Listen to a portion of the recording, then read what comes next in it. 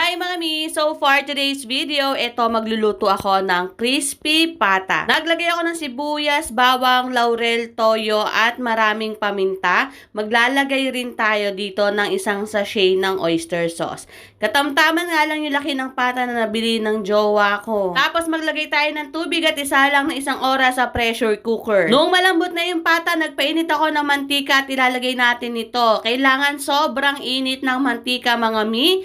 Tapos takpan ninyo ha kasi puputok-putok yan. Ay nako, buti nga tinakpan ko kasi kung hindi, nako, tsak natalsikan na ako niyan. Ito talaga yung nakakatakot pag magluluto ng crispy pata. Mabilis na nga lang ang pagsalang nito mga miha kasi sobrang lambot na nung ating pata.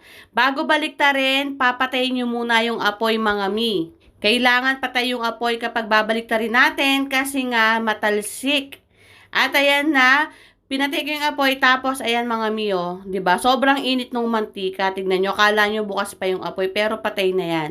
At binaliktad ko na nga, 'di ba? Napakaganda. Maganda rin kasi mga mi kasi non-stick pan yung ginamit ko. Kapag kasi hindi non-stick pan, maiiwan yung balat, sayang naman. Wala pang 5 minuto yan mga miya kasi naka-high heat na rin yan. Huwag niyo nang i-low heat para mabilis lang mag-brown yung ating crispy pata. Medyo dark yung kulay niya, no, dahil yan sa toyo. Mas maganda talaga kapag nilalagyan ng toyo. And after ng mga 4 o 5 minuto, ayan na yung ating crispy pata. Napakalutong yan mga mi, as in. Hindi na nga namin nakunan. Hindi ko na nga nakunan after maluto, no, nung kinain. Kasi naloka ako, pagtingin ko, halos maubusan na nga din ako. 'Di ba? Nasarapan yung mga bata. And ayan na yung ating crispy pata. Tapos nagluto rin ako ng kare-kare. Partner dyan sa crispy pata.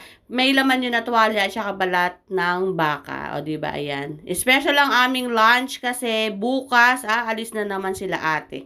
At mag-flex ako ng order. Sabay ko na ito. Order ni Sarah Jane Kirimit. Ayan. Large SC. Shanghai at cordon bleu. Ito naman ay order ni Ma'am Maribel Salenga. O, diba? Fresh lumpia. And that's it for today!